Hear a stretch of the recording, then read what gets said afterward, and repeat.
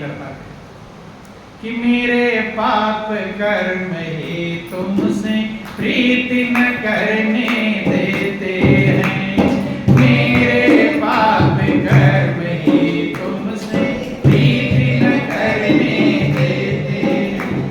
कभी तो चाहूं मिलूं आपसे, रोक मुझे ये लेते हैं, कभी तो चाहूं मिलूं आपसे, रोक मुझे ये लेते हैं। देखो ध्यान देना, ये प्रैक्टिकल आप समझना।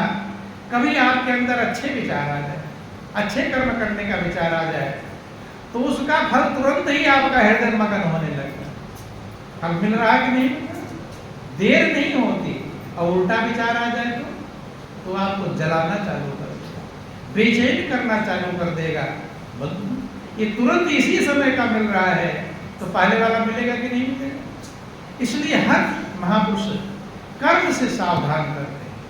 किससे सावधान करते हैं? कर्म से सावधान करते हैं। जब गुरु महाराज जी ने समझाया कि इसके हिस्से में तो इतना सोना था, लेकिन बुरे कर्म करके करके करके अपने जो सोना माने आनंद, शांति, कल्याण, सुख जो था, इसको खत्म कर दिया, इतना ही बचा। और तुम्हारे कर्म में इतना दुख था, लेकिन भजन भक्ति के प्रभाव से कांटे का बराबर दुख, जो कहते हैं सूली की सजा कांटों में डल जाती है। अपने कर्म के द्वारा ही यमराज से सावित्री ने अपने पति के प्राण वापस लिया, जो आप लोग कहानियां सुनते हैं। तो अब भक्त के हृदय की आंखें खुल गई। भरी थी अज्ञानता की धूल, जिसमें वो धूली आ गई। अज्ञानता की धूल जम जाती है, कुछ का कुछ समझ बैठते हैं, धुल गए। गुरु महाराज जी के चरणों में लिपट कर रोने लगे। गुरु महाराज जी, आज तो मेरा पूरा जीवन बर्बाद हो गया, कुछ बचता नहीं। चूंकि सदगुरु के चरणों से जब जीव हट जाता है, फिर उसे कहीं ठौर ठिकाना मिलता नहीं। संत महापुरुषों ने समझाया, चकई बिछरी रेगी आय मिले प्रभात, और सतगुरु से जो बिछड़े मिले दिवस नहीं रात। कहते चकी चकवा पक्षी होते हैं, कहते हैं कि दिन में तो 7 रातें रात में बिछड़ जाते हैं, एक नदी के उस पार एक नदी के उस पार, लेकिन कहते दिन में फिर मिल जाते हैं। लेकिन सदगुरु से जीव अगर बिछड़ जाए तो फिर उसका कहीं तो ठिकाना नहीं। चूंकि ठिकाना सही करने वाला, भाई आपकी गाड़ी खराब हो जाए और मैकेनिक ना मिले तो क्या होगा, गाड़ी सही होगी? सही होने वाली नहीं। ऐसे जीवन की कीमत है। लिपट कर रोने लगा, प्रार्थना करने लगा और अपराधों की क्षमा मांगने लगा। चोर जो देखा, चोर सत्संग की इस बात से कि मैं कितना अभागा निकला। क्या निकला? बुरे कर्म का अभागा, दुर्भाग्यशाली। कितना मैं तो सबसे धनी आदमी था। क्या था? सबसे धनी आदमी, खुशहाल था, लेकिन मैंने अपने बुरे कर्म कर करके सारी खुशी को गंवा दी। देखो ध्यान देना, आपको कहीं खुशी से लाने की जरूरत नहीं है। आप तो खुद खुशी के भंडार हैं, आनंद के भंडार हैं, शांति के स्रोत हैं, लेकिन आप उस खुशी को रोके हुए, लाना नहीं है। जो रोक लगा रखा है, उस रोग को ही हटाना है। कहीं से खुशी इकट्ठा करने की जरूरत नहीं है, शांति ढूंढने की जरूरत नहीं है, सुख ढूंढने की जरूरत। आप तो सुख के भंडार खुद ही है, और सुख कहाँ ढूंढे? ईश्वर अंश जीव अविनाशी, और चेतन अमल सहज सुख राशि। जीव ईश्वर का अंश, अविनाशी, चेतन अमल रहे, सुख की राशि है। जब आप सुख की राशि हैं तो और सुख कहाँ ढूंढ रहे हैं? राशि है सुख, आप ही सुख की राशि हैं। अलग से सुख ढूंढने की जरूरत है? क्या जरूरत है ढूंढने की? आप सुख के राशि हैं लेकिन दुखी क्यों हैं? क्योंकि वो सुख राशि आपको मिल नहीं रही है, प्राप्त नहीं हो रही है, आपके विचारों के कारण, आपके कर्मों के कारण, आपके भाव के कारण।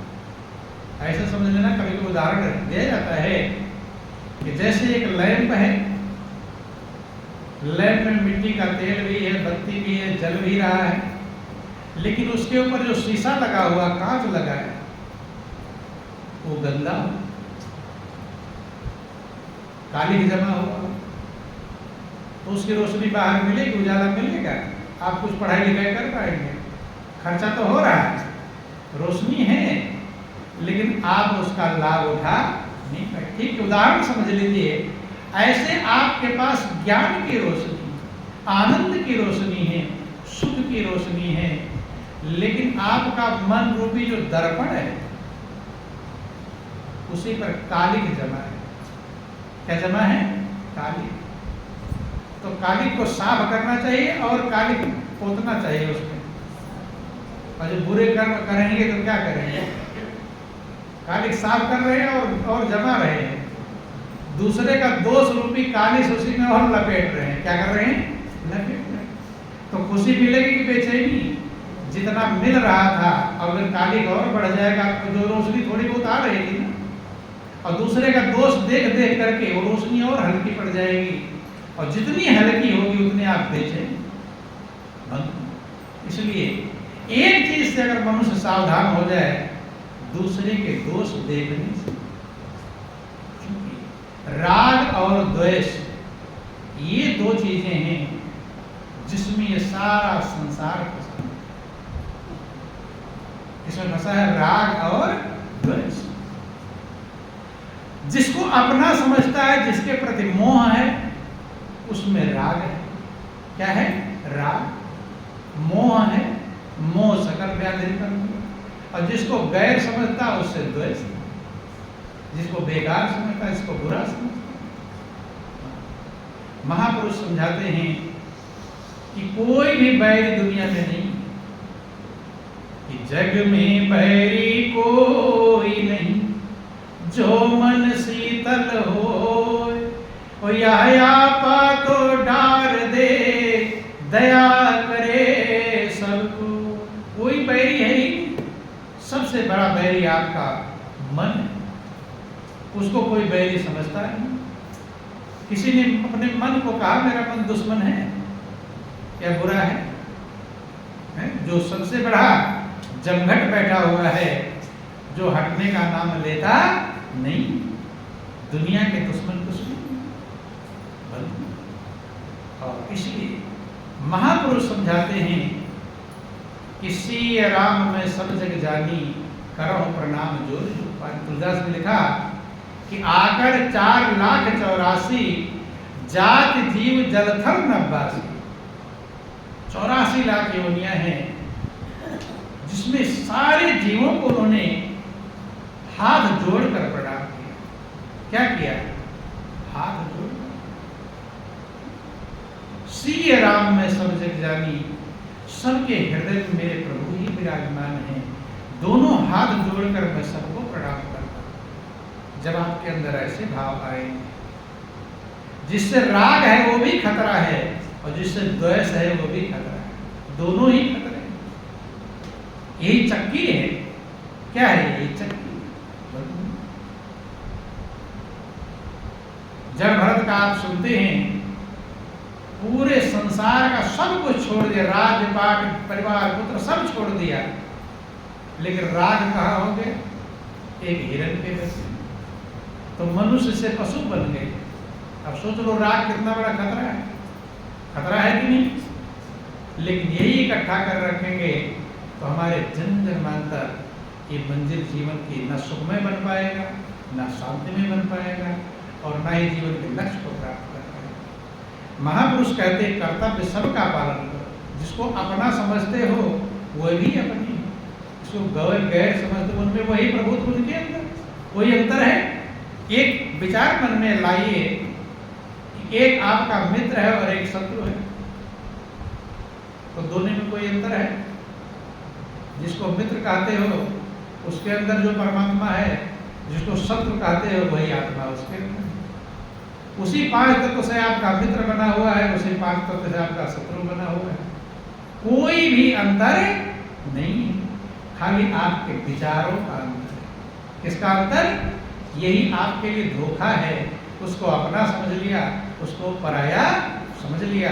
एक मेरा हो गया तो एक तेरा हो गया, और माया का साम्राज्य खड़ा हो गया कि मैं हर मोर तोर तय माया और जय बस कीने जीव निकाया। ये मेरा तेरा की जो फांसी लगा लिया, उस फांसी में खुद ही तड़प तड़प करके बेचैन होकर जीवन का अंत कर लेता है। बंधु, कितनी बार महापुरुष 7 पुराण वेदों में समझाते कि तू नहीं केरा, क्यों नहीं तेरा, क्यों करे मेरा। न तू किसी का है, न कोई तुम्हारा, और तेरा है सो तेरे पास में। सही जो तुम्हारा है, तुम्हारा का मतलब जो सदा तुम्हारा साथी है, उसको मनुष्य कभी अपना समझ नहीं करता। तेरा है सो तेरे पास में, और सभी है अनेरा, और सभी अनेरे। इसलिए इस राग द्वेष की चक्की से जिसने बचना सीख लिया, वही कील के पास पहुंच पाएगा। और इसी चक्की में जो पिसता रहा, वो परमात्मा रूपी कीली की दया और कृपा को नहीं प्राप्त कर पाएगा। चलती चाकी देख कर दिया कबीरा रोए, तो 2 पाटन के बीच में साबुत बचना। तो इन पाटन से हमको आगे बढ़ जाना है। कहाँ पहुंच जाना है? जहां दोनों पाट के अलावा क्या है? कील है। जहां कितनी भी चाकी चलती रहे, जब दाना वहां पहुंच जाता तो पिसता नहीं। यही जिंदगी का लक्ष्य है। यही काम करना है इस जीवन में कि हम परमात्मा रूपी कील के पास पहुंच जाए। और कील के पास पहुंचेंगे तब दोनों चक्की के पाट से ऊपर उठेंगे, राग से भी ऊपर उठेंगे और द्वेष से भी ऊपर उठेंगे। कील के पास पहुंचना इतना आसान काम नहीं, दोनों से ऊपर उठना पड़ेगा।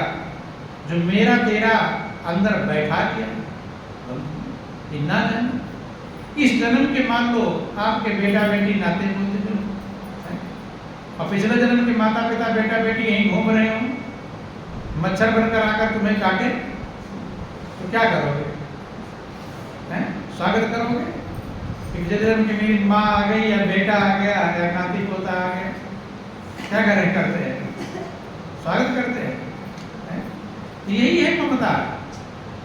इसी ऐसे आज वाले हैं, तुम्हें ममता में फंसा डालेंगे और फिर डुबो देंगे नैया। ये नैया डुबाने वाले हैं।